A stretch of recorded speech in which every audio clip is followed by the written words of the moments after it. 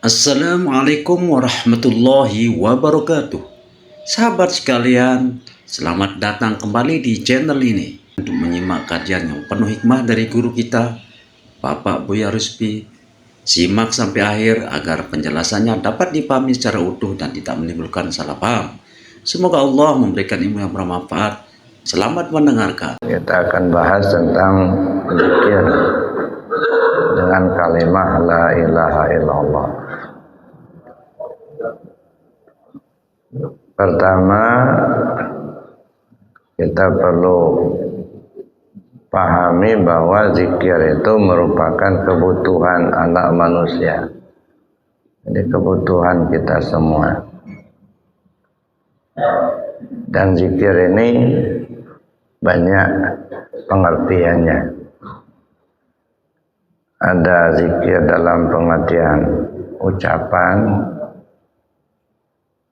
atau sebutan, ada zikir dalam pengertian perbuatan.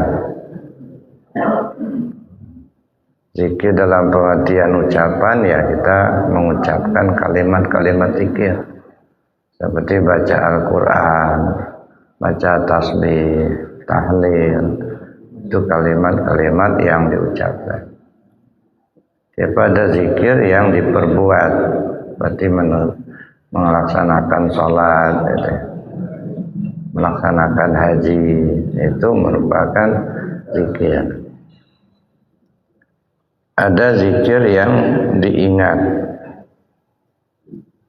Zikir yang diingat dengan hati. Ada zikir yang dirasa. Ada zikir dengan cara pandang. Nah, jadi ada beberapa metode untuk melaksanakan zikir. Ada zikir yang diucapkan dan diperbuat, ada zikir yang diingat, ada zikir yang dirasa, ada zikir yang dipandang. Nah, zikir yang disebut atau yang diucapkan ini banyak. Bisa baca Al-Quran, bisa tasbih, atau tadi sudah kita laksanakan pada sholat dengan zikir ma'sur, subhanallah, alhamdulillah, Allahu Akbar. Ada zikir yang dengan kalimat tahlil, la ilaha illallah. Dari Nabi sallallahu alaihi wasallam menjelaskan dari semua model zikir itu afdalul zikir fa'lam annahu la ilaha illallah. Wa an Ali bin Abi Thalib karramallahu wajhah annahu qala sami'tu sayyidal khalaiq Muhammad sallallahu alaihi wasallam yaqulu sayyidul malaika alaihi salam ma nazaltu bi kalimati azam min kalimah la ilaha illallah wa biha qamatis samawati wal ard wal jibal wa syajar wal bar wal bahr ala wa hiya kalimatun najah wa hiya kalimatul uliya. Diriwayatkan dari Sayyidina Ali bin Abi Thalib radhiyallahu anhu bahwa Rasulullah SAW bersabda, kata Sayyidina Ali, aku mendengar junjungan manusia, sami'tu sayyidul khalaiq, saya telah mendengar junjungan seluruh makhluk. Siapa itu? Muhammad sallallahu alaihi wasallam yaqul, dia berkata, kata Nabi, yaqulu sayyidul malaikah alaihi salam, berkata sayyidul malaikah, ini Jibril alaihi salam. Apa kata Jibril? ma nazaltu bi kalimatil azam min kalimati la ilaha illallah. Aku tidak turun dengan membawa satu kalimat yang lebih agung daripada kalimat la ilaha illallah.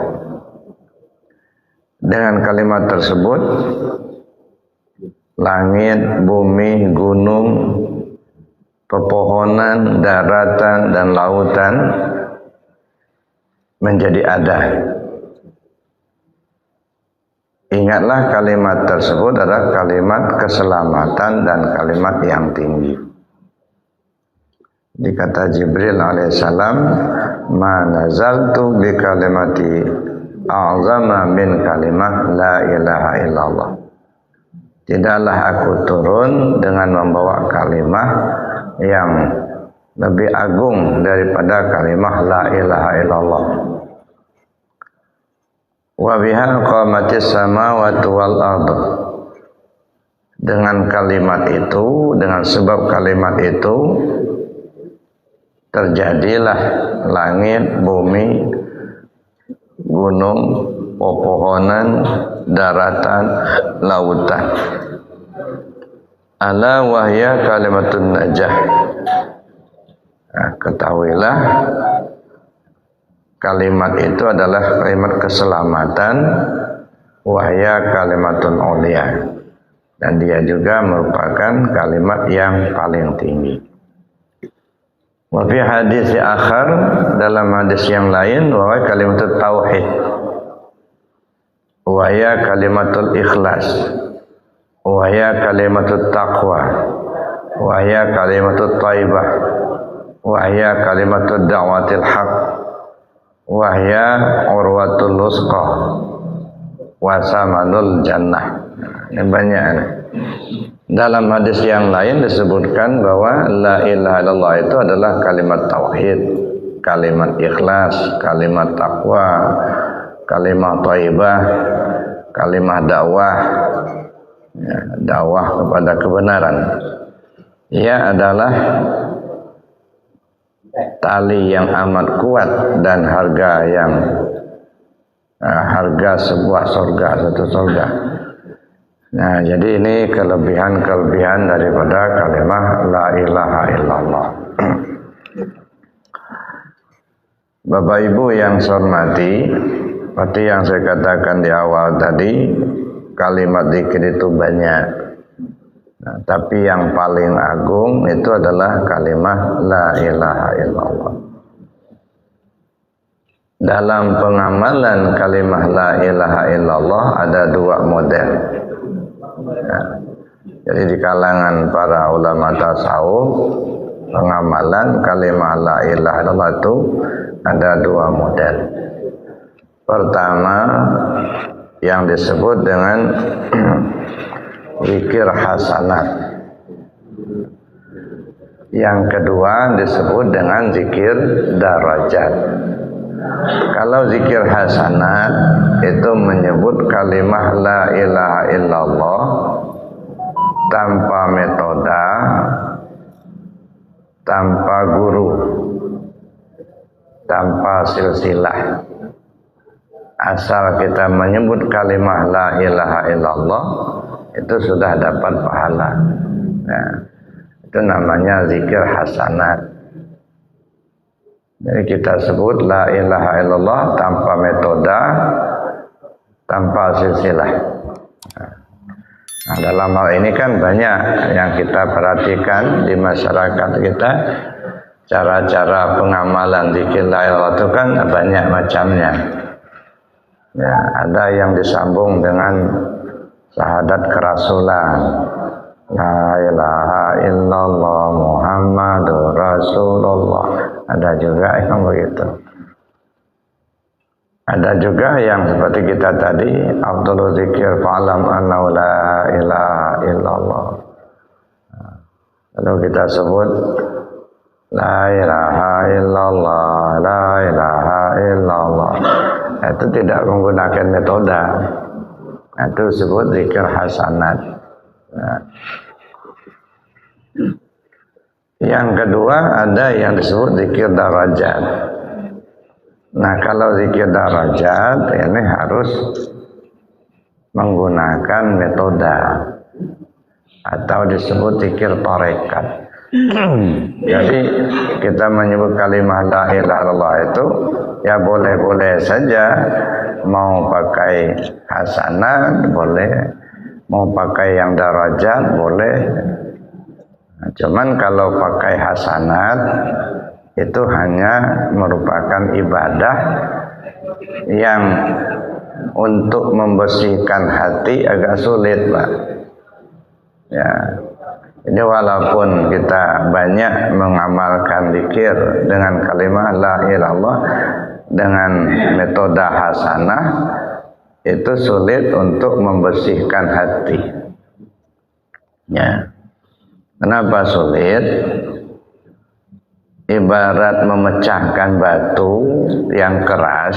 Kalau kita bertanya kepada orang yang memang bukan ahli mecah batu,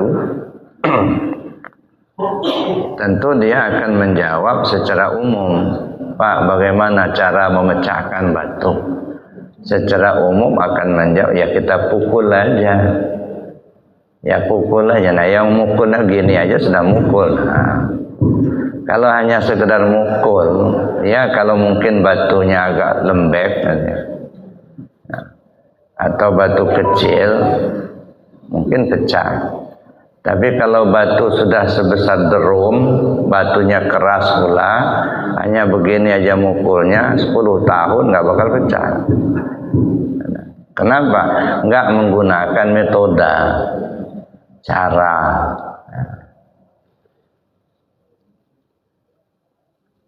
Jadi kalau ingin memecahkan batu harus menggunakan metode, menggunakan cara. Waktu saya membangun Masjid Sidratil Muntaha di Arafah itu tempo hari, itu tukang bilang ke saya, itu ada satu cakar ayam nggak bisa masuk Buya, katanya. Kenapa? Saya bilang ada batu ya di tengah-tengah lubang itu nggak bisa masuk cakar ayamnya kalau batunya nggak dipecahkan dulu. Nah, akhirnya saya carilah tukang pecah batu. Ya, ketemu. Jadi saya runding, Pak bisa nggak bantu mencahin batu? Bisa Pak, katanya. Di mana? Di Haji Benar, saya bilang. Nah, saya bawalah ke sana. Nah, begitu sudah dilihatnya, sudah tahu lokasi, besoknya dia datang. Nah, kebetulan hari itu hujannya gerimis, teduhnya udah jam 10 lewat baru teduh. Nah, akhirnya dia turun ke bawah. Ya, turunnya itu sudah membawa pahat. Ya.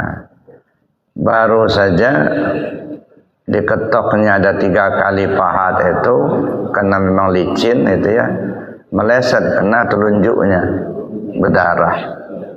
Nah, langsung naik dia. Kayaknya nggak bisa Buya, katanya. Kenapa? Keras benar batunya. Ya iyalah memang keras ya. Kalau lunak nggak usah ngundang bapak. Saya aja mecahannya, kena keras itu maka saya minta tolong dengan bapak. Ya saya nggak bisa lagi, katanya, sudah berdarah tangannya. Ya sudah. Nah, akhirnya saya cari lagi tukang pecah batu yang lain. Ketemulah di Koga itu yang memang sehari-hari dia kerjanya pecah batu itu. Saya datangin, ya ketemu, bisa minta tolong Pak mecahin batu di tempat saya mau bangun masjid, saya bilang. Kita lihat dulu, katanya. Ya bawalah ke lokasi. Sampai di lokasi, saya heran juga dibawanya air pakai ember kecil itu. Apa gunanya air ini, saya pikir. Karena dia belum bawa alat, gitu ya. Dia minta ember kecil, gitu ya. Kemudian diisi air, dibawanya ke bawah. rupanya bersihkan batu itu Pak. Dia belum bawa alat, dia bersihkannya batu itu, diperhatikannya. Begitu sudah selesai naik, insya Allah bisa Bu ya katanya. Nah rupanya dia melihat serat-serat batu itu ya. Nah jadi kalau saya bilang kapan mulai kerja, insya Allah besok katanya. Ya sudah nanti saya tunggu di sini. Nah besok paginya datang pakai motor ya Pak, 1 karung alatnya itu. Ada yang godamnya dari yang kecil sampai yang berat 3 kilo. Pahatnya itu juga dari pahat yang 2 jari sampai yang 5 jari ini pahatnya. Nah, jadi beliau turun, ya, pertama palu kecil dulu sama pahat yang agak kecil. Rupanya diikutinya serat, terus ganti pahatnya agak lebar. Dilebarkan, nah sudah masuk pahat yang besar begini, masuk ke dalam, ambilnya godam yang 3 kilo, wah langsung belah 2. Nah ini bedanya. Nah yang pertama tadi baru mukul 3 kali kena jari, nah, nyerah, karena nggak pakai cara, nggak dilihatnya serat-serat, pokoknya mukul aja gitu. Nah kalau yang kedua ini enggak, dibersihkan dulu, dilihat serat-seratnya dulu. Nah sudah itu baru kemudian diikutinya. Nah, seratnya itu kemudian baru dipukul dengan godam yang besar itu. Nah ini bedanya. Mecah batu saja, yang satu pakai metoda, satu enggak pakai metoda. Yang nggak pakai metoda, jangankan batunya yang pecah, jarinya yang kena pukul. Ada yang nggak pakai metoda. Nah yang pakai metoda, dianya selamat, batunya pecah. Nah jadi begitu. Kira-kira gambaran zikirnya juga seperti itu Pak. Nah kalau kita zikirnya la ilaha illallah, la ilaha illallah, saya kira mungkin berpuluhan tahun kita zikir itu nggak akan pecah kerasnya hati kita ya. Keras itulah. Summa qasat qulubuhum min ba'di dzalika fahyakal hijarati aw asaddu qaswa.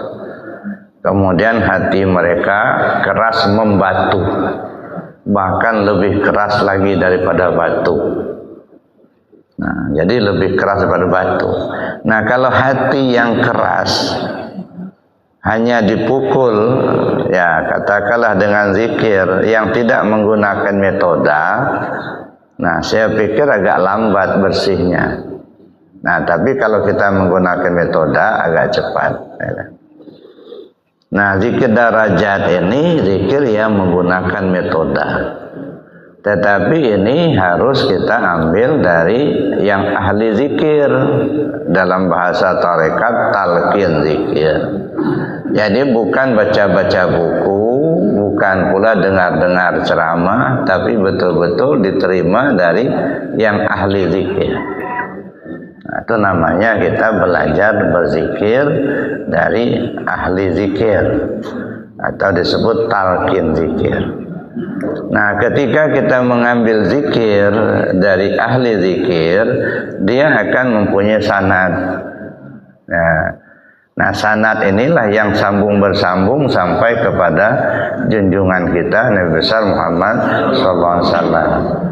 Allah turunkan kepada Jibril, Jibril turunkan kepada Rasul, Rasul ajarkan kepada Sayyidina Ali, kemudian diajarkan oleh Sayyidina Ali kepada sahabat yang lain, kemudian sampai kepada tabi'in, terus turun-temurun sampai kepada kita zaman sekarang ini. Ini namanya zikir yang bersanad. Jadi kita mengamalkan zikir la ilaha illallah itu, kita pilihlah zikir yang bersanad.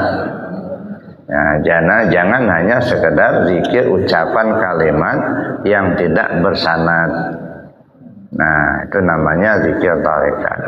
Nah, ketika kita mengamalkan zikir yang bersanad, nah tentu apa dan bagaimana cara pengamalan yang diajarkan oleh guru, itulah yang kita amalkan. Ya, jadi tidak boleh merubah, menambah atau mengurangi.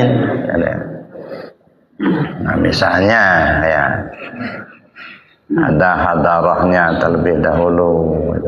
Hadarah itu gimana? Hadarah ini kan ya istilahnya kalau bahasa kitanya itu permisi lah.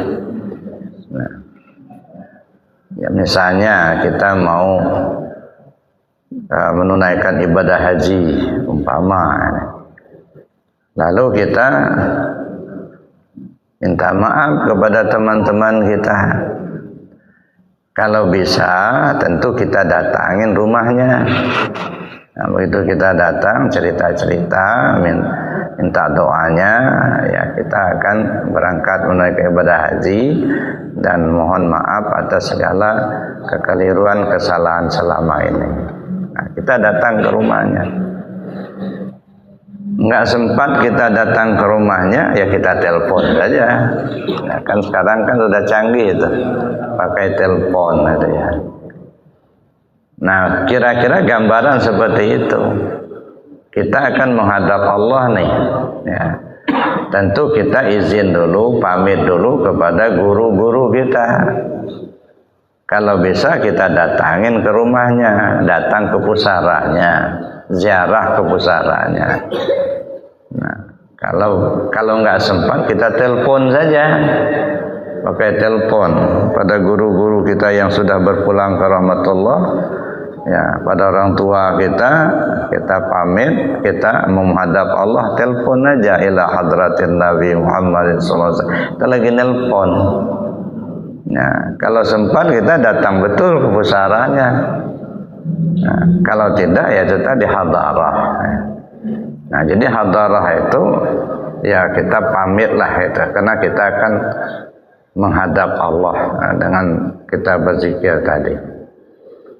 Nah, kemudian Bapak Ibu yang saya hormati, setelah kita artinya hadarah itu, lalu kita laksanakan zikirnya dengan apa dan bagaimana cara pelaksanaan yang diajarkan oleh guru itu. Nah, dalam tarekat ini kan banyak modelnya. Ya, ada yang mengikuti jalur jam.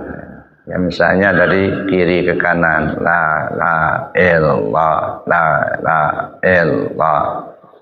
Ya, silakan saja, kita nggak boleh menyalahkan siapapun. Ya, jangan menyalahkan pengajaran orang lain.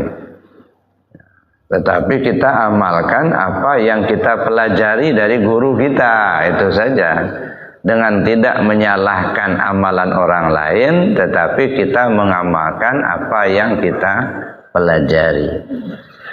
Dalam tarekat Qadiriyah yang dulu pernah kita pelajari, gitu ya, mengamalkan zikirnya itu dari bawah pusat. Ilaha illallah, mengisi latifah 7. Nah, yang kata Nabi, man qala la ilaha illallah khalisan mukhlisan dakhalal jannah. Siapa orang yang berzikir la ilallah khalisan mukhlisan, khalis mukhlis, membersihkan dan dibersihkan. Jadi kita zikir itu membersihkan, la ilaha illallah, itu langsung mengisi latifah 7. Dengan kalimah la terlewati latifah akhfa dan latifah nafsun natiqah. Kalimat ilaha melewati latifah khafi dan latifah ruh. Begitu nyebut illallah melewati latifah sirri dan latifah qalbi. Nah, dengan kita memahami makna yang terkandung dalam kalimat itu untuk mengisi latifah yang ke-70 jasad. Bidarbin syadidin wa sautin qawiyyin, pukulan dahsyat, suara keras. Nah, ini salah satu ciri dari tarekat Qadiriyah. Bisautin qawiyyin wa darbin syadidin, suara keras, pukulan dahsyat. La ilaha illallah, illallah, dengan dipukulkan dengan kuat dalam hati sanubari, suara dipekikkan tapi dagu dicacahkan ke dada sehingga pekiknya sampai ke dalam, hingga terasa panas di jantung kita itu. Nah, jadi la ilaha illallah. Jadi kalau zikirnya la ilaha illallah, la ilaha illallah, itu bukan zikir tarekat Qadiriyah. Nah, ini cara pelaksanaan zikir. Jadi sebenarnya ya silahkan saja mau zikir yang yang hasanat atau zikir darajat, tapi itu tadi, kalau zikir hasanat kita hanya mengharapkan pahala, imbalan saja. Tapi untuk membersihkan hati, memecahkan hati yang keras, ini susah. Makanya walaupun sudah bertahun-tahun kita zikir itu, yang namanya keras hati nggak pecah-pecah. Ya, nah. Kadang-kadang kan hati ini kan keras Pak, lebih keras daripada batu. Udah tahu kita ada azan hayya ala sholat, tapi jojong aja kita main, nggak ada tersentuh hati kita ini mau sholat itu ya. Nah, kenapa ya? Hati yang masih keras tadi. Udah tahu, udah kedengaran as-sholatu khairum minan naum, tapi masih enak juga narik selimut itu. Nah, kenapa ya? Itu yang hati yang keras tadi. Ya, nah. Jadi untuk memecahkan hati yang keras itu ya pakai zikir dengan menggunakan metode tadi. Nah, ciri-cirinya kalau hati yang keras itu sudah mulai pecah, ya, nah, ciri-cirinya biasanya cengeng Pak, gampang nangis. Fanfajarat min husnata asyarata aina. Fadrib bi'asokal hajar fanfajarat min husnata asrata aina. Pukulkan tongkatmu ke batu, dia akan memancarkan 12 mata air. Nah, dipukul dengan keras ke batu yang keras tadi. Mana batu keras? Hati yang keras. Dia akan memancarkan 12 mata air. Ada mata air yang mengalir ke seluruh kujur tubuh kita. Begitu mata air yang mengalir ke sekujur tubuh kita, ya, innamal mu'minuna alladzina idza dzukirallah wajilat qulubuhum. Apabila disebut Allah, tersentuh perasaannya. Nah, ada getaran itu bukan menggigil, bukan, ada ketersentakan hati. Hayya 'alas shalah. Nah, begitu disebut ada hayya 'alas shalah, Allahu akbar, Allahu akbar, mulai tergerak hatimu melaksanakan, tersentuh. Kesibukan apapun kita tinggalkan. Nah, itu sudah ada getaran jiwa, ada ya. Ada lagi yang mengalir ya sampai ke mata. Nah, begitu sudah menyebut Allah, maka saya bilang tadi cengeng, kadang-kadang baru mendengar orang baca Al-Quran, gitu ya. Mendengar kita orang bersolawat. Kadang-kadang kita nonton TV ngelihat Ka'bah itu orang tawaf di Ka'bah, netes air mata nggak terasa. Nah, kadang-kadang kita sebut zikir la ilaha illallah, la ilaha illallah, sampai tak terasa air mata meleleh membasahi pipi. Nah, ini artinya batu yang keras tadi sudah mulai pecah, dia sudah mengeluarkan mata air. Nah, itu salah satu ciri kalau ya kekerasan hati itu tuh sudah mulai lunak dengan zikir itu. Nah, sering cengeng, sebentar nangis. Bapak Ibu yang saya hormati, nah tinggal kita milih mau zikir yang seperti apa kita pakai. Boleh-boleh saja. Tapi kalau untuk meningkatkan derajat diri kita dan meningkatkan martabat diri kita di hadapan Allah, tentu kita menggunakan zikir yang darajat, yang menggunakan metode, dan itu yang punya silsilah atau sanad.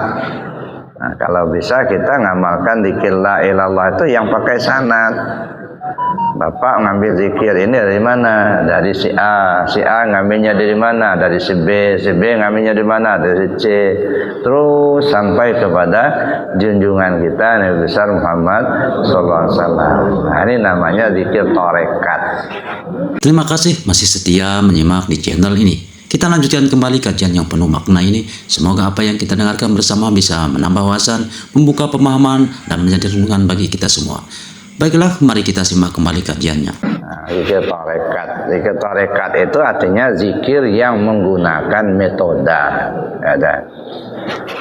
Nah, zikir ini disebutkan di dalam hadis, kata Rasulullah SAW, ya, Jibril alaihissalam berkata, apa kata Jibril? Ma nazaltu bi kalimati a'zama min kalimah la ilaha illallah. Tidak pernah aku turun ke bumi ini dengan membawa kalimah seagung kalimah la ilaha illallah. Nah, jadi saya tidak pernah turun ke bumi ini membawa satu kalimat yang lebih agung dari kalimat la ilaha illallah. Ini kalimat yang paling agung. Ya.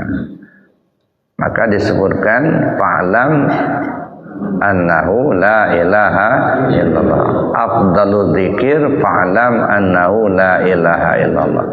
Zikir yang paling afdal, paling agung, ya. Di dalam hadis itu disebutkan ma qultu ana wan nabiyuna min qabli la ilaha illallah. Jadi afdalu ma qultu ana wan nabiyuna min qabli la ilaha illallah. Yang paling agung kalimat yang kusampaikan dan juga disampaikan oleh Nabi sebelum aku, kata Rasulullah, itu adalah kalimat la ilaha illallah. Ini kalimat yang teragung dari semua kalimat. Bahkan di sini wa biha qamatis samawati wal ardh. Ya, disebab kalimat itulah berdirinya bumi dan langit. Tanpa kalimat itu bumi dan langit tak akan ada. Ya. Dengan kalimat itulah adanya gunung, bukit, pepohonan, daratan dan lautan. Dan kalimat itu. Makanya dalam riwayat lain disebutkan, kalau saja bumi dan langit serta isinya ditaruh di sebuah piring timbangan, kemudian la ilaha illallah diletakkan di piring timbangan yang sebelahnya, masih jauh lebih berat la ilaha illallah. Nah, itu keagungan kalimah la ilaha illallah ini. Dan kalimah ini disebut dengan banyak gelarnya. Bisa disebut dengan kalimah tauhid. Nah, disebut juga kalimat ikhlas. Disebut juga kalimat taqwa. Disebut juga kalimat thaibah. Kalimah ini juga disebut da'watul haq. Kalimah ini juga disebut urwatul wusqa. Disebut juga samanul jannah. Nah, ini banyak gelarnya kalimah ini. Nah, kalimah la ilaha illallah. Jadi kalimah yang teragung dari kalimah lain itu adalah la ilaha illallah. Tapi perlu kita telusuri lebih jauh, gitu. Dalam hadis kan afdalu ma qultu ana, yang paling agung ku sampaikan. Sedangkan di dalam Al-Quran disebutkan fa'lam annahu la ilaha illallah. Maka sering kita gabung afdalu dzikir fa'lam annahu la ilaha illallah. Itu kan kalimat yang sering kita ucapkan mengawali zikir. Ya, afdalu dzikir fa'lam annahu la ilaha illallah.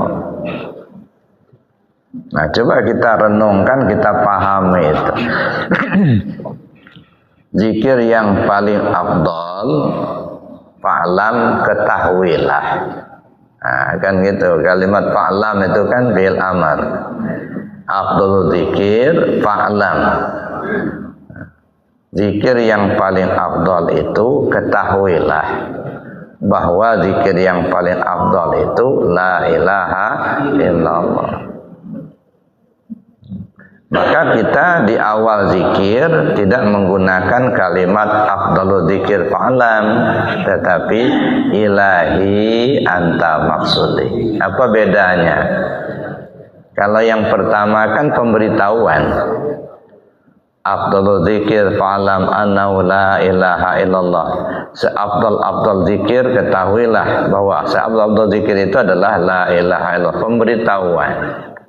Nah sekarang ini kita sudah mulai berangkat, ya, umpamanya pengurus mengundang jamaah untuk gotong royong kepada bapak, ya, ibu, kita ke masjid, kita akan gotong royong karena besok kita masuk puasa bulan Ramadan. Ini pengumuman. Nah kemudian kalau sudah datang ke masjid, apa perlu diulang lagi pengumuman itu? Ya, kita bapak ibu, kita datang ke masjid, kita akan gotong royong. Nah, tidak perlu diulang lagi, mungkin modal kita datang kok. Nah, tinggal lagi kita bekerjanya saja. Makanya tidak kita gunakan afdalul dzikir fa'lam annahu la ilaha illallah, tapi ilahi anta maksudi. Kita mulai berangkat, nah, sudah mulai berangkat. Ya Allah, kau yang kutuju. Nah, kalau masih afdalul dzikir fa'lam annahu la ilaha illallah, itu pemberitahuan. Zikir yang paling afdal itu ketahuilah. Nah, kalau ketahuilah itu maksudnya apa? Berilmulah. Zikir yang paling afdal itu la ilaha illallah, maka berilmulah kamu dengan zikir la ilaha illallah itu. Nah, ketika kita bicara berilmulah kamu tentang la ilaha illallah, itu ilmu apa? Nah, karena di dalam agama Islam kita mengenal ada 4 bidang ilmu. Ada ilmu syariat, ada ilmu tarekat, ada ilmu hakikat, ada ilmu ma'rifat. Maka bisa kita pahami berilmulah kamu tentang la ilaha illallah itu dalam ilmu syariat, 1. Nah, lalu berilmulah kamu tentang la ilaha illallah itu dalam ilmu tarekat, 2. Berilmulah kamu tentang la ilaha illallah itu dalam ilmu hakikat, 3. Dan berilmulah kamu tentang la ilaha illallah itu dalam ilmu ma'rifat. Nah, setelah kita dapatkan ilmunya itu, nah baru kita mendapatkan afdolnya. Kalau kalimat yang paling afdol, la ilaha illallah itu kalimat yang teragung. Cuman kitanya kapan mendapatkan afdolnya? Setelah fa'lam, ya, setelah mengetahui. Mengetahui tentang apa? Mengetahui tentang kalimah la ilaha illallah dalam bidang ilmu 4 ini. Ya. Jadi tahulah kita tentang la ilaha illallah dalam ilmu syariat. Nah, apa yang dimaksud dalam ilmu syariat? Ilmu tajwid. Mana yang panjang, mana yang pendek, mana barisnya. Maka kata pengasabah, jangan ditambah, jangan dikurangin, jangan dirubah. Nah, zikir dengan kalimah la ilaha illallah itu jangan ditambah, jangan dikurangin hurufnya, jangan dirubah harakatnya. Kita ini kan kadang-kadang nambah-nambah kan hurufnya itu. Kadang-kadang ngerubah-rubah juga. Misalnya bertambah huruf la ilaha illallah, itu sudah ada hamzah di situ. Padahal dalam kalimatnya nggak ada hamzahnya. La ilaha illallah, nggak ada la ilaha illallah. Nah, makanya jangan ditambah. Ada juga yang dikurangin hurufnya. Ya mungkin saking cepatnya, asiknya zikir, hilang hurufnya. Lakloh. Ya, keluar urat lehernya, tapi zikir lakloh. Ada. Nah, kan sudah berkurang hurufnya itu. Harusnya kan la ilaha illallah. Kan jelas tartil. Ini enggak. Lakloh. Tuh, jangan berubah. Ada juga yang berubah baris. Ya dah. La ilaha illallah. La ilaha illallah. Lamnya itu lam alif, Pak. Lam alif. La ilaha illallah. Nah, di sebahagian orang zikirnya la ilaha illallah, la ilaha illallah, Nah, itu merubah baris, gitu ya. Jadi kita berzikir itu namanya berilmu dalam ilmu syariat. Nah, jadi tidak hanya sekedar mengucapkan, tapi bagaimana menurut ilmu syariat, ilmu tajwidnya, mana yang hurufnya lengkap, mana yang huruf besar, huruf kecilnya, ya, mana yang panjang pendeknya.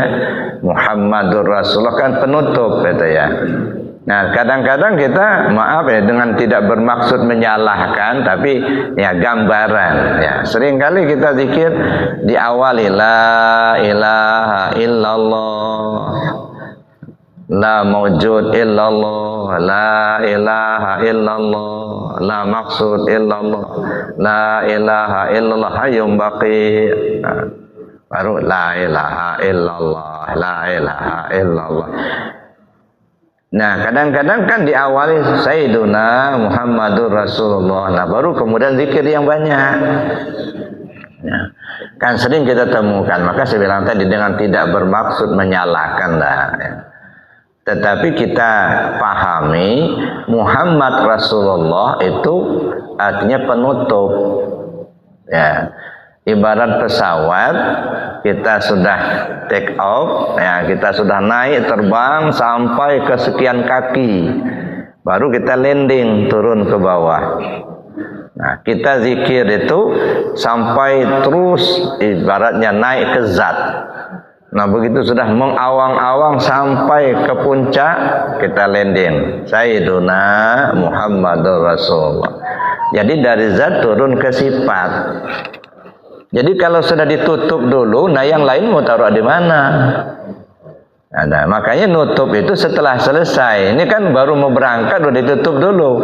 La ilaha illallah hayyum baqi sayyiduna Muhammadur Rasulullah. La ilaha illallah, la ilaha illallah.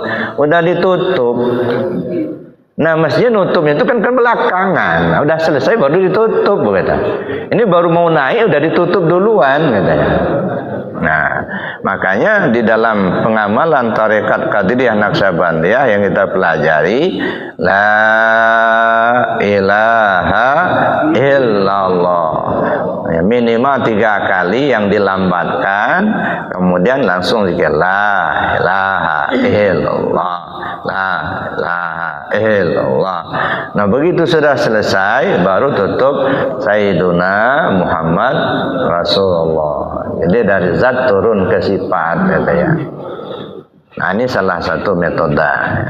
Ya, jadi saya ingatkan juga ya, khususnya ikhwan TKN dari Suryalaya ya, karena sekarang ini kan banyak juga yang merubah-rubah gitu ya. Ya.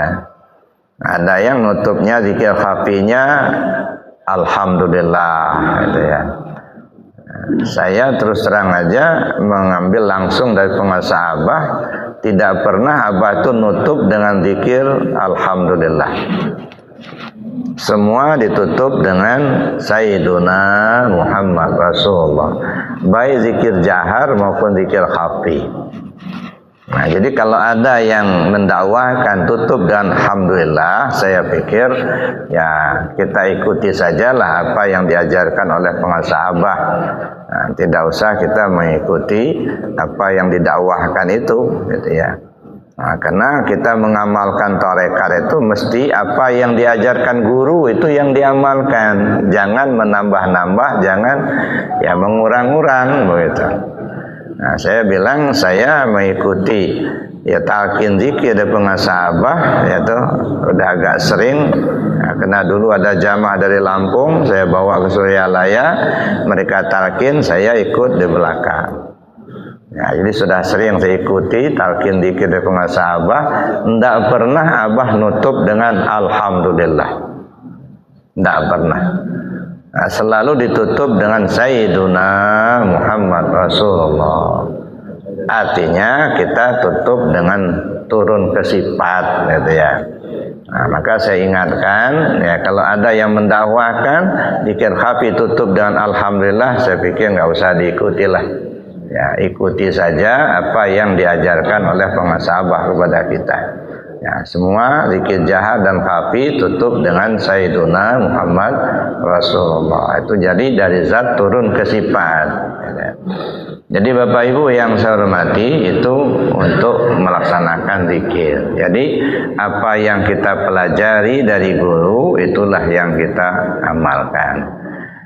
Kemudian yang kedua, kita pahami bahwa zikir ini merupakan kebutuhan semua orang. Ya. Jadi saya katakan, ini bukan kewajiban. Ya, sama dengan makan itu bukan kewajiban tapi kebutuhan. Nah, karena itulah maka kita amalkan dikit karena kita butuh kita. Maka di masjid-masjid yang dari Porjalimas itu saya minta supaya ya minimal pada saat saya waktu menyampaikan, nah itu ada zikir yang kita terapkan. Begitu selesai sholat, zikir dengan kalimah la ilaha illallah. Sebab saya pikir kurang bermanfaat kalau kita hanya mengkajinya tapi kita tidak terapkan. Nah, maka salah satunya setiap kita ngaji itu zikir dengan kalimah la ilaha illallah. Kalau bisa bukan hanya setiap giliran saya, setiap selesai sholat. Ada atau tidaknya saya, tetap saja zikir la ilaha illallah kita pakai. Ya, apa mau diawali dulu dengan zikir ma'sur ya silakan saja. Nah, kayak tadi kan diawali dengan zikir ma'sur dulu, astagfirullahaladzim, kemudian subhanallah, alhamdulillah, Allahu akbar. Ya boleh-boleh saja. Ya, tapi kemudian zikir masuk ke zikir tarekat, ngikuti petunjuk kita. Ila hadratin Nabi Muhammad Rasulullah SAW, astaghfirullah ghafurur rahim, itu petunjuk. Nah, kita tidak bisa merubahnya. Nah, lalu kemudian zikir la ilaha illallah dengan petunjuknya. Nah, kenapa demikian? Karena saya pikir, nah inilah kalimat zikir yang teragung tadi. Akan sia-sia kalau kita sudah tahu itu teragung, kita abaikan, gitu ya. Nah, sayang. Ya. Nah, kemudian yang berikutnya, kenapa saya harus selalu menganjurkan untuk pengamalan zikir ini? Karena mengingat, pertama semua orang pasti akan mengalami kematian, Pak. Nggak tahu kalau ada di jamaah kita di sini yang nggak mau mati. Gimana Bapak Ibu, mau mati apa nggak?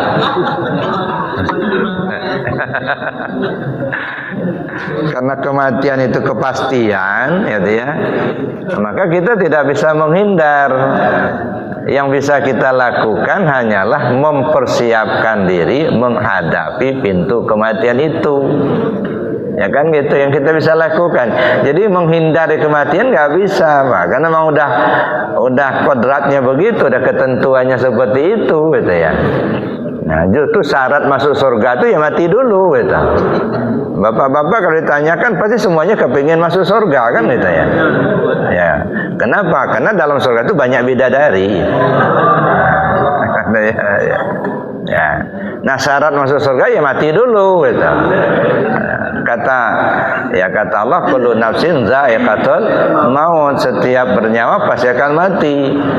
Nah, jadi kalau ada orang yang nggak mati-mati di dunia ini, orang sudah mati semua, dia sendirian. Nah, bingung juga kapan giliran saya. Nah, jadi Bapak Ibu yang saya hormati, artinya karena kematian itu adalah suatu kepastian, maka kita perlu mempersiapkan diri. Ya, salah satu persiapan itu kata Nabi SAW, matanas bima ya'isubih. Manusia mati sesuai kebiasaan. Nah, kalau lidah ini sudah terbiasa nyebut la ilaha illallah, insya Allah mau meninggal pun dengan kalimah la ilaha illallah. Man qala la ilaha illallah akhiru kalami dakhalal jannah. Siapa orang yang akhir kalamnya menyebut la ilaha illallah, sudah bisa dipastikan dia masuk surga. Nah, jadi Bapak Ibu yang saya hormati, nah bagaimana supaya bisa akhir kalam kita dengan la ilaha illallah? Kuncinya biasakan dulu sebelum kita memasuki pintu kematian menyebut kalimat la ilaha illallah. Nah, kalau semasa sehat sekarang jarang-jarang kita sebut, apalagi timbul kebencian dengan kalimat itu, nah khawatir mau meninggal nggak hadir Pak kalimat itu. Nah, jadi oleh karena itu pembiasaan. Nah, kita biasakan dulu lidah kita ini dengan zikir la ilaha illallah. Nah, kemudian Bapak Ibu yang saya hormati, setelah kita membiasakan menyebut kalimat itu, barulah kita belajar dalam ilmu tarekatnya. Dan ilmu tarekat metode tadi sudah saya sebutkan. Kalau dalam ilmu syariatnya kita memperhatikan barisnya, kita memperhatikan panjang pendeknya, gitu ya. Tapi dalam ilmu tarekat kita memperhatikan metode zikirnya. Ya, dari 2 jari di bawah pusat, kemudian kita tarik sampai ke ubun-ubun, dibawa ke bahu yang kanan, pukulkan dengan kuat dalam hati sanubari. Itu metode itu. Caranya, gitu ya. Nah, kemudian setelah kita paham itu, kita pelajari lagi pengertian kalimat itu dalam ilmu hakikat. Bagaimana kita memahami kalimat la ilaha illallah dalam ilmu hakikat? Dalam artinya hakikatnya ke diri kita. Nah, maka kita lihat la ilaha illallah ini ada 4 suku kata. La ilaha illa Allah. Ya. Keempat suku kata ini menghimpun sifat 20 di situ. Ya, kalimah la itu menghimpun sifat nafsiyah yaitu wujud. Ilaha menghimpun sifat salbiyah, ada 5 sifat: qidam, baqa, mukhalafah lil hawadis, qiyam ta'ala binafsi dan wahdaniyat. Kalimat ilah menghimpun sifat ma'ani, ada 7. Ya, ada kodrat, iradat, ilmu, hayat, sama, basar, kalam. Ada sifat ma'nawiyah terhimpun dalam lafaz jalalah. Ya, lafaz Allah menghimpun sifat ma'nawiyah atau sifat 7 yang maknawi, yaitu qadirun, muridun, alimun, hayyun, samiun, basirun dan mutakallimun. Jadi dari kalimah la ilaha illallah itu sebenarnya telah menghimpun 20 macam sifat bagi Allah yang wajib bagi Allah. Nah, ternyata ya 20 macam sifat itu ada ke diri kita. Nah, kita lihat la ini menghimpun sifat nafsiyah. Nafsiyah itu wujud, hanya 1 sifat. Wujud pada kita katakan ada karena tubuhnya ada. Ada Pak Ketua Porja Limas enggak? Enggak ada. Kenapa kita katakan enggak ada? Karena tubuhnya enggak kelihatan. Ada. Jadi la itu menunjukkan ke tubuh bagi kita. Nah, kalimat ilaha menghimpun sifat salbiyah yang 5 sifat: qidam, baqa, mukhalafah lil hawadis, qiyam ta'ala binafsi dan wahdaniyat. Ya, ini semuanya tidak bisa dilihat dengan mata, tapi hanya diyakini oleh hati. Maka kalimat ilaha menunjukkan hati pada kita. Kalimat ilah itu menghimpun sifat ma'ani yang 7 macam: kodrat, iradat, ilmu, hayat, sama, basar, kalam. 6 sifat sangat tergantung dengan hayat. Ada hayat maka muncullah sama, basar, muncullah kodrat, iradat, muncullah ada kalam. Jadi tergantung dengan hayat. Hayat itu ada pada kita, nyawa namanya. Maka kalimat ilah menunjukkan nyawa pada kita. Nah, sedangkan lafaz jalalah Allah menghimpun sifat maknawiyah: qadirun, muridun, alimun, hayyun, samiun, basirun dan mutakallimun. Nah, itu yang tersembunyi. Kenapa? Karena qadirun itu ibarat nyawanya kodrat. Ya, muridun nyawanya iradat. Hayyun nyawanya hayat. Jadi yang muncul ke permukaan sifat ma'ani, sedangkan sifat ma'nawiyah tersembunyi di dalam. Yang tersembunyi bagi kita rahasia namanya. maka lafaz jalalah menunjukkan rahasia pada kita. Jadi ketika kita nyebut la ilaha illallah, berarti kita sebenarnya nggak baca diri kita, tubuh, hati, nyawa, dan rahasia. Karena kalimah la ilallah itu nafi isbat, maka disebutlah menidakkan dan menetapkan.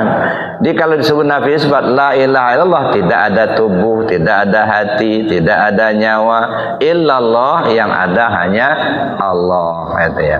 Jadi itu kita berilmu tentang la ilallah dalam ilmu hakikat. Nah, belum lagi kemudian kita belajar ilmu ma'rifatnya. Nah, setelah kita paham itu semua, baru kita mendapatkan afdal zikir la ilaha illallah itu. Makanya mesti ada fa'lam annahu la ilaha illallah itu kita cari bagaimana supaya kita tahu tentang itu, gitu ya. Nah, itu baru kita mendapatkan afdalnya. Mudah-mudahan Allah memberikan petunjuk pada kita semua. Amin Allahumma amin. Bapak Ibu yang saya hormati, nah itu gambaran tentang pengamalan zikir la ilaha illallah. Sekali lagi saya katakan, bukan tidak bermaksud menyalahkan yang lain, tetapi kita mengkaji bagaimana cara kita mengamalkan, terutama kita yang sudah talqin zikir dalam tarekat Qadiriyah Naqsabandiyah ini. Nah, supaya apa? Supaya amalan kita itu ya sesuai dengan apa yang kita terima dari guru-guru kita. Saya kira demikian saja dulu ya materinya, mungkin bisa berkembang nanti di diskusi kalau masih ada waktu. Sementara saya akhiri dulu. Assalamualaikum warahmatullahi wabarakatuh. Alhamdulillah, telah kita simak bersama kajian atau taklim subuh yang disampaikan oleh Buya Rusdi. Selanjutnya kita akan membuka sesi tanya jawab.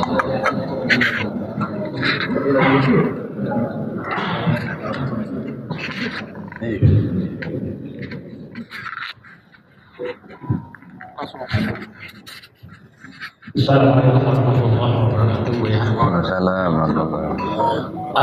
Ada dua pertanyaan yang saya buatkan kepada Buya. Pertama, mengenai zikir, ya. Sebagaimana saya amati tadi bahwa zikir itu ada 4 tingkatan berkata Buya tadi, ya. Yang pertama adalah dengan ucapan, dengan lisan, kemudian dengan hati, kemudian dengan rahasia, kemudian dengan pandang. Yang pernah saya baca itu, pandang itu apa ungkapan ulama atau hadis yang mengatakan bahwa sudul kasroh fil wahdah wa sudul wahdah fil kasroh. Artinya apa, zikir yang paling top itu adalah itu, ya. Itu kalau menurut saya, mungkin menurut Buya, bagaimana nanti mohon penjelasannya. Itu yang pertama, Buya. Kemudian yang kedua, masalah tahlil. Ketika kita ikut pengajian Buya ini kan, itu kita berdasarkan Naqsabandi, ya, Naqsabandiyah itu, ya. Artinya kalau ada acara-acara fenomena di masyarakat itu ada tahlil, menahlilkan orang-orang yang sudah meninggal, apakah kita harus secara runtut mengirim Al-Fatihah itu dengan guru-guru kita, seperti ngirim pada Buya pada Abah dan lain seterusnya itu. Artinya bersanad ke situ, Buya. Sedangkan kita melihat yang lain-lain itu, ya kalimat itu juga la ilaha illallah, cuman sanadnya ngacak. Apakah itu dalam tasawuf dibenarkan? Terima kasih, mohon pencerahannya. Assalamualaikum warahmatullahi wabarakatuh. Waalaikumsalam warahmatullahi wabarakatuh. Baik, satu aja dulu karena ini agak panjang. Ya. Suhudul wahdah bil wahdah, suhudul wahdah bil kasrah, suhudul kasrah bil wahdah. Ini cara pandang. Jadi cara pandang itu ada 3, ya. Pandang satu dalam satu, pandang satu dalam banyak, 2, pandang banyak dalam satu. itu memang benar, itu zikir yang afdal ya, pandang itu, cuman bisa enggak itu masalahnya.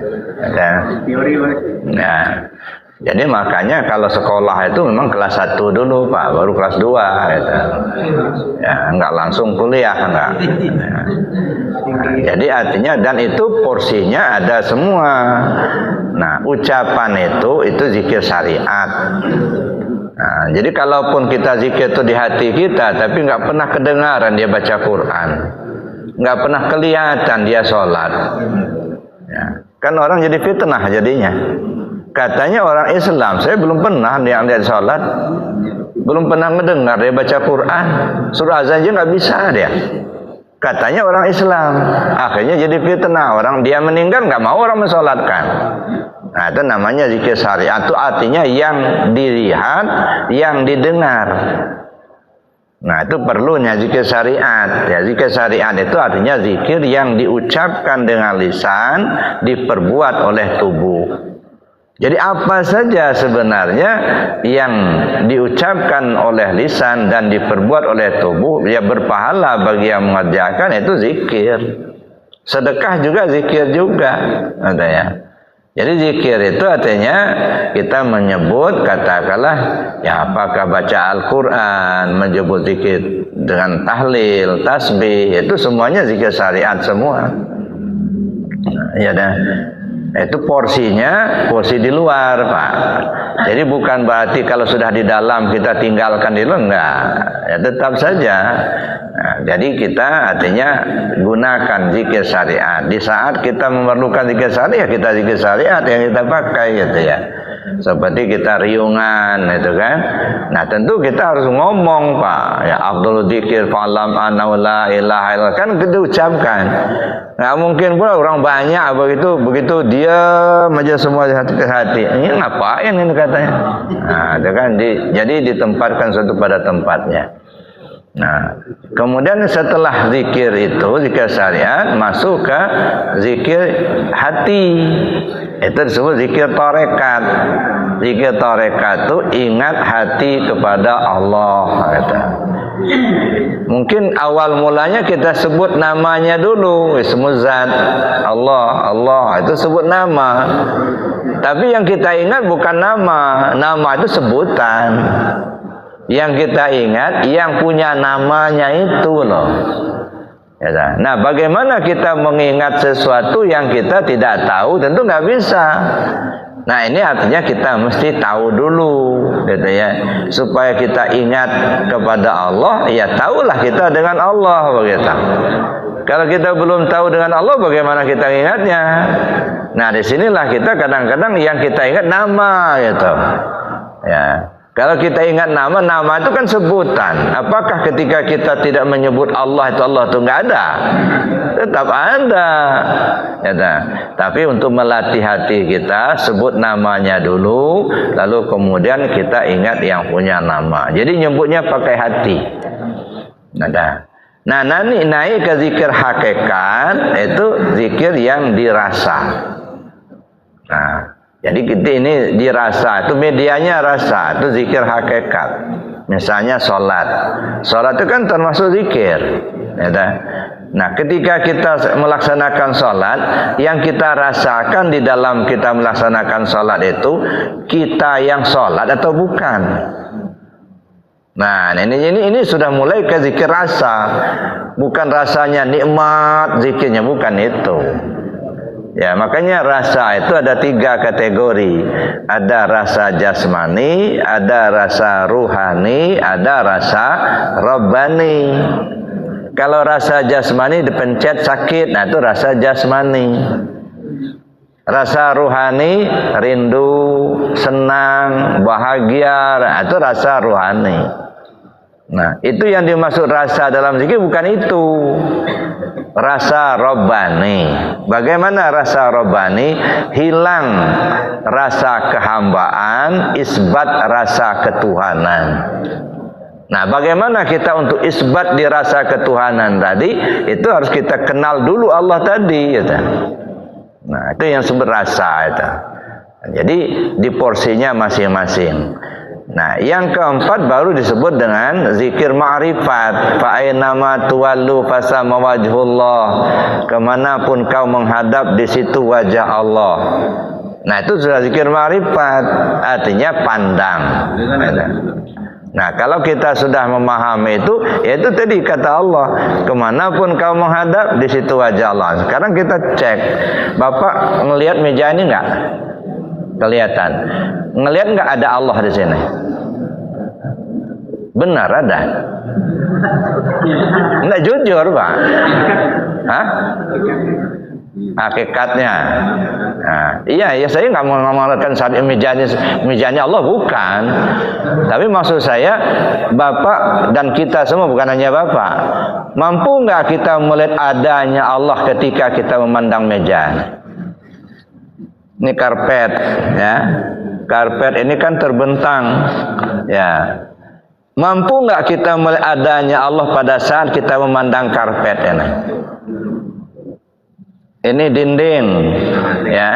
Begitu semuanya lah. Ini air dalam gelas. Nah, mampu nggak kita memandang ada Allah, ya, pada yang kita pandang tadi? Nah, itu namanya zikir ma'rifat. Nah, makanya nggak bisa kita kita katakan lebih afdal, enggak. Ya, kenapa? Karena di porsinya masing-masing. Bagi mereka yang memang sudah sampai ke ma'rifatnya itu tadi, dia nggak ngelihat yang lain di dunia. Jangankan yang kita lihat di sini, ya. Di dunia ini nggak ada yang lain kecuali Allah itulah. Ya, kenapa? Karena wujud yang lain ini hanyalah wujud majazi, wujud bayangan. Yang namanya wujud bayangan nggak ada. Nah, contohnya gini, nah ini bayangan. Nah, di bawahnya kan ada bayang-bayang nih. Kelihatannya ada bayang-bayang, tapi sebenarnya nggak ada. Kenapa? Ininya diangkat, nah bayang-bayang hilang. Jadi sebenarnya bayang-bayang itu nggak ada. Yang ada itu ada pemilik bayang-bayang. Nah, yang mewujud ini disebut wujud majazi, wujud bayangan. Nah, begitu dia mati, sudah nggak ada lagi. Yang sesungguhnya ada hanyalah yang pemilik bayang-bayang. Nah, banyak orang terhambat oleh bayang-bayang, Pak. Seperti orang berlayar dengan perahu di sungai, langsung berhenti. Kenapa Pak berhenti? Nggak bisa lewat, itu ada kayu besar di bawahnya itu. Nah, orang yang mengerti, Pak, kayu yang besar itu hanya bayang-bayang, Pak. Yang besar itu yang di darat itu. Lewat aja nggak apa-apa. Ada. Nah, banyak orang terhambat dengan bayang-bayang. Ada. Oleh karena itulah maka kita perlu berpaham sampai ke ma'rifat itu, supaya apa? Jangan terhambat dengan bayang-bayang. Ada. Itu zikir ma'rifat, atau ya dengan cara pandang, gitu ya. Nah, cuman ini, Bapak, Ibu ngelihat enggak ada air di dalamnya nih? Ada kan? Padahal ini kan ada plastik ini. Ya. Banyak orang terhambat melihat air itu karena dihambat sama plastik, sama gelas lah gitu, yang enggak ini. Nah, ini gelas nih. Ya. Tapi bagi mereka yang sudah paham, nembus pandangannya itu. Dia enggak terhambat sama gelas, enggak. Kelihatan ada air, walaupun di dalam gelas begitu. Ya. Jadi dia tidak lagi melihat gelasnya, yang dilihat airnya itu. Nah, itu Bapak Ibu. Jadi itu adalah pandang, ya. Tapi lagi-lagi ini perlu dikaji, ya. Nah, jangan berpura-pura. Kalau berpura-pura kita yang rugi, Pak. Nah, jadi artinya betul-betul kita minta kepada Allah supaya diberi, ya, a'tini mahabbataka wa ma'rifataka. Berilah aku mahabbah dan ma'rifat, mengenal betul kita dengan Allah. Jadi bukan hanya kenal nama. Ya, kalau nama itu saya katakan sebutan, itu nama. Yang kita sembah bukan nama. Justru yang bernama, yang punya namanya itu. Nah, itu satu, Pak. Jadi betul artinya zikir itu ada tahapan-tahapan. Ya, di tingkat syariat kita gunakan syariat. Tapi di tingkat tarekat, ya, itu diingat, ya, dan seterusnya lah. Nah, kemudian yang kedua tadi apa? Juga ada ganjalan di saya Bu ya. Apa itu, Pak? Pernah dengar ungkapan seorang yang mengatakan bahwa ketika kita mau kenal dengan Allah, kita mungkin bisa kenal Allah. Yang bisa kenal dengan Allah berarti Allah bisa. Ya. Ya. Ya, itu kan kata Sayyidina Ali. Araftu Rabbi bi Rabbi.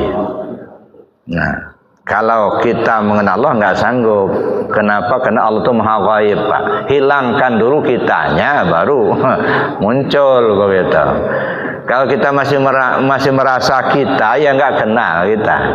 Pakai apa kita kenalnya? Kita berpikir dari qadrat iradat Allah, kita melihat pun dengan basar Allah, mau kita ngaji pun iradatnya Allah, paham kita itu ilmunya Allah begitu. Maka kita nggak bisa kenal kalau kita punya kita, karena kita nggak ada, Pak. Ya, gimana kita mengenal Allah? Pakai apa kita mengenalnya? Ya, oh, kita kenal Allah itu kayak dengan Allah itu sendiri, maksudnya dengan ilmunya Allah. Hilangkan adanya kita, nah barulah kita bisa mengenalnya. Gitu. Nah, selagi kita merasa ada, nggak akan kenal, nggak ada. Nah, itu jadi itu, Pak. Jadi artinya kita ya Arabtu Rabbi bi Rabbi, saya mengenal Tuhanku ya dengan Tuhanku sendiri. Kenapa? Ya karena kita nggak punya alat ya. Kita melihat basar Allah, kita mendengar samaannya Allah, ada kemauan iradat Allah, kuasa kita kodratnya Allah. Yang punya kita mana? Pakai apa kita kenalnya? Makanya nggak bisa. Ya dah. Maka hilangkan dulu adanya kita, baru kita menemukan adanya Allah. Ya. Nah, ada yang kedua. Masih apa? Tersangkut. Hah? Ada di masyarakat. Yasin dulu. Ya, kalau secara umum itu ya silakan saja, itu kan nggak masalah. Itu. Namanya amalan itu ya. Namanya ada Syahdu Kadirnya juga. Nah, itu kan simpatisan, Pak. Ya, simpatisan, ya. Ya nggak apa-apa, dia simpatik, tapi bukan murid. Iya.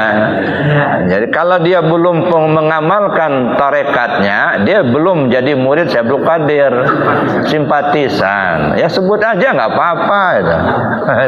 Simpatik kok itu. Nah, jangankan jadi muridnya, jadi simpatisannya saja itu dapat pertolongan dari Allah gitu. Ada. Apalagi jadi muridnya, kalau betul diakuinya murid itu. Masalahnya enggak, kita ini kan ngaku-ngaku murid Syaikhul Qadir, tapi beliau enggak ngakui gitu. Itu ngaku saya ini murid Syaikhul Qadir, tapi beliau enggak ngakui. Nah, susah kita. Ya dah, ngaku-ngaku pegawai tapi enggak tercatat, Pak. Enggak dapat gaji. Malah yang ngaku-ngaku polisi tapi enggak ada NRP-nya, malah nggak dapat gaji. Bukan hanya nggak dapat gaji, ditangkap sama polisi, Pak. Itu ya. Ya. Mengenai zikir tadi, kan bermacam-macam. Ya. Kan ada zikir kan setelah sholat. Iya. Ada juga zikir ya bermacam-macam. Ya. Tapi kebiasaan kita di kru itu, Pak, itu kan kalau umpamanya menjalam kubur, Ya. itu lama betul zikirnya gitu, Pak, ada setengah jam. Udah itu sholat, ya nggak begitu lama. Adakah batasan-batasan, Pak, angkanya, bilangan untuk zikir itu sendiri, ya, Pak? Gitu. Udah itu aja. Ya sebenarnya nggak ada batasan itu, semampunya kita. Cuman ada di antaranya ulama memberi batasan. Nah, itu setiap itu batasan-batasan itu ada maksud. Ya, makanya misalnya kita zikir la ilaha illallah sebanyak 165. Yang kita pahami kan 165 kan? Nah, cuman kan kita nggak paham 165 maksudnya apa gitu. 165. Nah, ini kan tidak terlepas daripada Allah, Muhammad, Adam, kan gitu kan. Yang satu itu menunjukkan Allah, 6-nya itu rukun iman. Punya siapa? Punya Muhammad. Limanya itu punya siapa? Punya Adam. Maka panjang zikirnya daripada sholatnya enggak masalah. Kalau panjang sholatnya repot pula Pak. Ya enggak. Kapan salamnya? Kalau zikir kan bisa kita kita atur sendiri waktunya, kemudian bilangannya. Kalau sholat kan sudah ditentukan. Ya, berapa rakaatnya? Kalau zuhur 4 rakaat, jangan tambah jadi 6 rakaat. Nah, jadi ada ketentuan namanya ibadah mahdhah itu Pak. Nah, silakan saja semampunya kita kalau masalah zikir mah. Ya, mau panjang, mau singkat enggak masalah. Semakin kayak kita zikir jahar 165, mau pakai zikir sampai 5.000 lebih bagus. Cuma sanggup enggak? Apalagi sudah kena asam urat. Nah, ada repot pula kita ya. Dulu Pak, kalau zikir khataman tam itu kami dengan jamaah waktu itu sampai jam 2 malam Pak. Begitu selesai Isya langsung khataman tam. Kuat ya, duduk apalagi Pak almarhum Edi Suryadi itu ya. Begitu duduk dia zikir khataman tam itu sampai selesai enggak berubah duduknya itu. 4 jam lebih, mulai jam 8 kadang sampai jam 2 malam duduk aja begini istilah enggak berubah. Kawan sudah joget-joget ya. Ya Latif, ya Latif, sudah enggak kuat duduk, berdiri dia, ya Latif, ya Latif. Ya silakan aja. Ada yang sudah ngunjur gitu. Beliau enggak berubah itu kuatnya. Nah, terakhir itu ya waktu sudah di Haji Mena, saya bilang, "Gimana Pak Haji kalau kita lakukan khataman tam?" Kata dulu, "Udah enggak kuat lagi ya. Udah kena asam urat." Gitu ya. Jadi artinya boleh saja lama itu ya.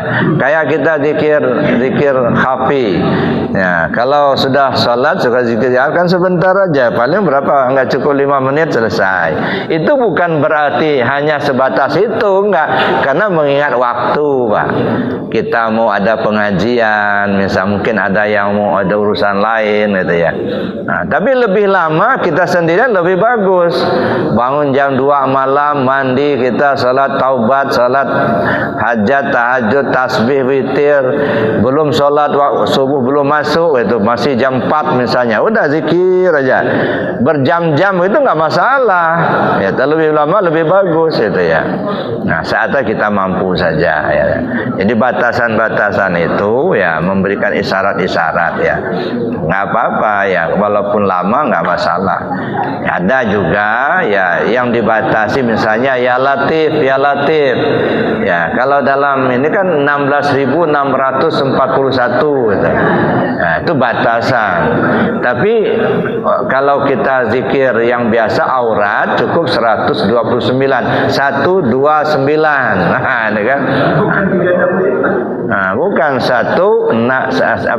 2129. Apa maksudnya ini? Wallahu alam.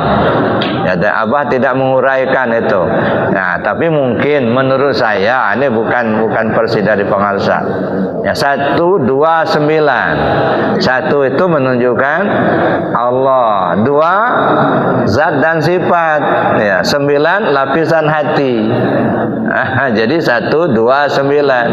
Ya, kita menuju yang 1 itu melalui 2 zat dan sifat untuk sampai ke lapis ke-9. Hati kita kan 9 lapis. Nah, saya kira itu saja Pak. Boleh saja yang lama-lama zikir nggak apa-apa. Nah, cukup baik Bapak Ibu karena kita dibatasi waktu. Demikian saja pengajian kita pagi ini. Mudah-mudahan Allah memberikan petunjuk pada kita sehingga kita mengamalkan zikir ini. Insya Allah semakin hari semakin baik. Ya, sampai kita mendapatkan ridho dari Allah Subhanahu Wa Taala. Itu yang kita harapkan. Alhamdulillah, demikian kajian yang dapat kita simak pada kesempatan kali ini. Semoga ilmu yang disampaikan guru kita Bapak Buya Rusdi menjadi manfaat, menambah keimanan dan menguatkan langkah kita ke dalam beribadah kepada Allah Subhanahu Wa Taala. Mari kita amalkan dalam kehidupan sehari-hari. Wabillahi taufiq wal hidayah. Wassalamualaikum warahmatullahi wabarakatuh.